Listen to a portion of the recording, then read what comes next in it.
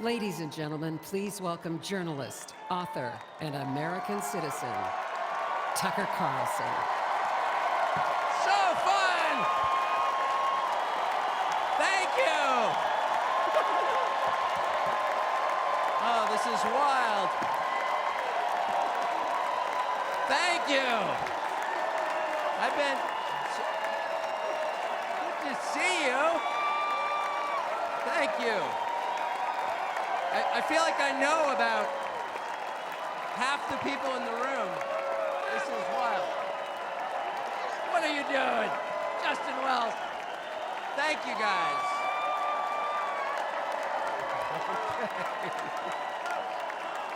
Can I just say, Peter Navarro is back. Welcome to Peter Navarro. Suffering the fate that has happened to so many who are friends with Donald Trump. Thank you for having me. I have been to many conventions. I have never been to a more fun convention or a convention with better vibes.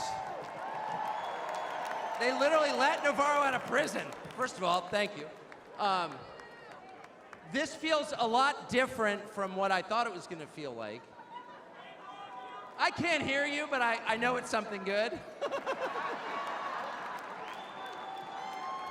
So, I watched the video of what happened in Butler, Pennsylvania about 50 times. I think I was one of about 8 billion people around the world who watched it. And the more I watched it, the more it struck me that everything was different after that moment. Everything. This convention is different. The nation is different. The world is different. Donald Trump is different. When he stood up after being shot in the face, bloodied, and put his hand up, I thought at that moment, that was a transformation. This was no longer a man. Well, I think that. I think it was divine intervention. But the effect that it had on Donald Trump, he was no longer just a political party's nominee, or a former president, or a future president. This was the leader of a nation. And I think there's a difference. I've spent most of my life in Washington, where the president is at the top of the pyramid. Everyone wants to be the president.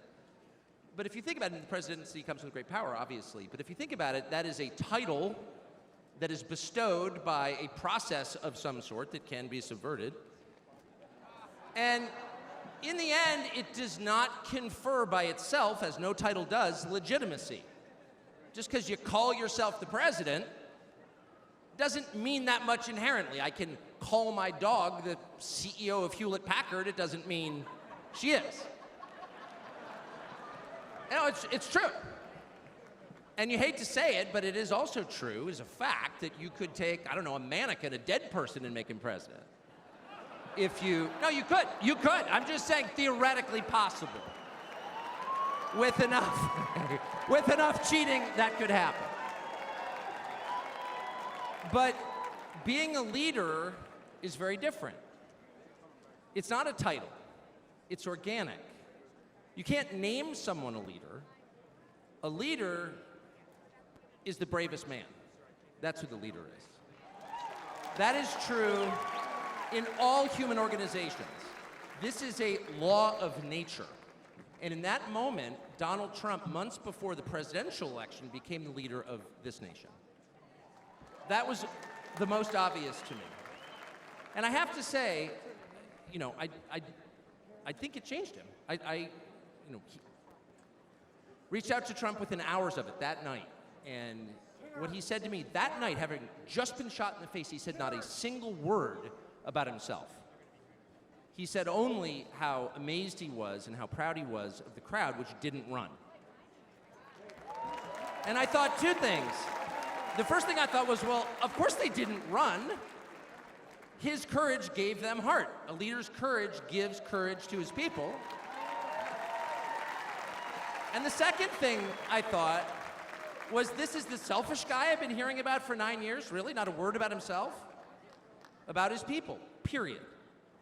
And the second thing I noticed, which I don't think anyone has remarked upon in public, but I'm just going to since I don't have a script, like why not, is that he turned down the most obvious opportunity in politics to inflame the nation after being shot. to inflame the nation, which is an opportunity that almost every other politician I've ever met, and certainly his opponents, would have taken instantly. And they would have said, well, what is this? How did he get shot? Like, how did this happen? And those are real questions that we have to get to the bottom of. But in the moments, the days, the week after the shooting, he did not say that. He did his best to bring the country together, and I thought, this is the divisive figure, this is the irresponsible person. No. This is the most responsible, unifying behavior of a leader I think I've ever seen. So the question is, where is he leading us? And I could go on for hours, but let me just sum it up. I do think the entire point from the famous escalator ride 9 years ago until today of Donald Trump's public life has been to remind us of one fact, which is a leader's duty is to his people, to his country, and to no other. That's the point. That's the only point. And another word for this is democracy. Democracy, in case you're a little sick of being beaten in the face with democracy on television, actual democracy is the proposition that the citizens of a country own that country. They're not renters, they're not serfs, they're not slaves, they are the owners of the country. And for that to be true, their leaders have to represent them, which is another way of saying they have to do what the people want them to do, or a close approximation thereof. But if they completely ignore what people want, not just 1 year, but generationally, say for 50 years, then it may be, I don't know what, it's not a democracy.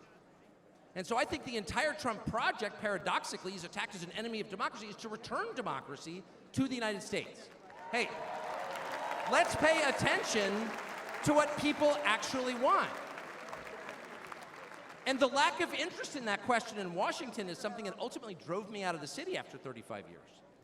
Lawmakers stepping over the prostrate bodies of their fellow citizens ODing on drugs to go cast votes to send money to some foreign country. Yeah, actually, we've lost more Americans from drugs in the past 4 years than we lost in World War II. Yeah, our bloodiest war. More than we lost in World War II. Does anybody care? It is pathetic. It is pathetic. And do you hear a single word from Washington about doing anything about it? We know where the drugs are coming from. We know the supply routes. The U.S. military spent billions bombing the Ho Chi Minh Trail. You don't see our commander-in-chief suggesting that we use our military to protect our country or the lives of its citizens. No. That's for Ukraine. And it's too much, actually. It's too insulting. It's too insulting.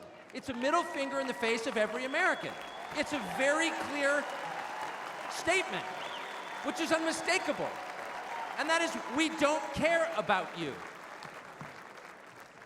And Donald Trump, whatever you say about him, and I think he's a wonderful person. I know him well. By the way, the funniest person I've ever met in my life, actually. You can't be funny without perspective or without empathy, which is true. But everything else about Trump aside, he actually cares because he's interested in the people who live here because that's his job. A father's job, his duty is to his family. An officer's duty is to his men. A president's duty is to his citizens. And he seems to be the only one who thinks that. And in his choice for vice president, J.D. Vance, he's made that really clear. J.D. Vance, I'll say this about him, is a thoroughly decent man, and I'll just admit it, a friend of mine, one of the very few politicians in Washington who actually is very close to his own wife, which is wonderful to see. And she's wonderful, actually.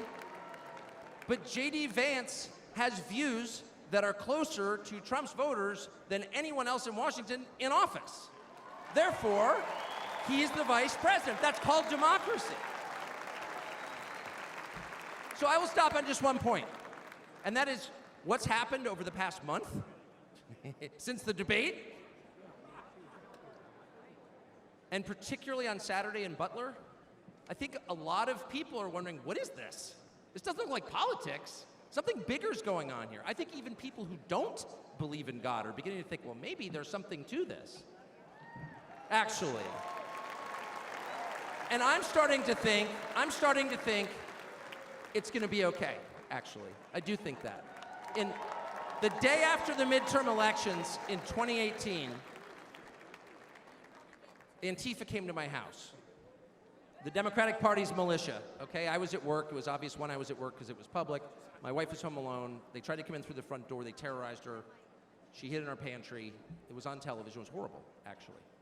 It was, I mean, I'm not whining about it. I wasn't getting shot in the face, but it wrecked our day.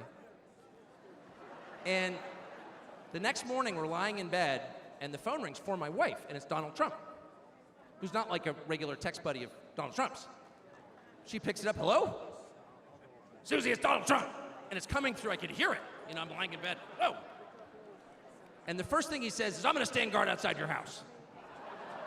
And she goes, oh, that's so nice.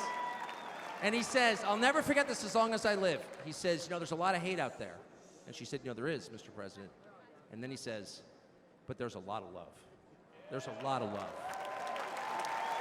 And we are seeing that love. I don't think it's human love. And I'll just stop with this. I'm not always convinced that I'm on the right side. I've been on the wrong side many times. You'll never hear me say, I'm on God's side, or God's with me, or even I'm with God. I want to be, not sure I am. But I will say this unequivocally and conclusively. God is among us right now. And I think that's enough. God bless you.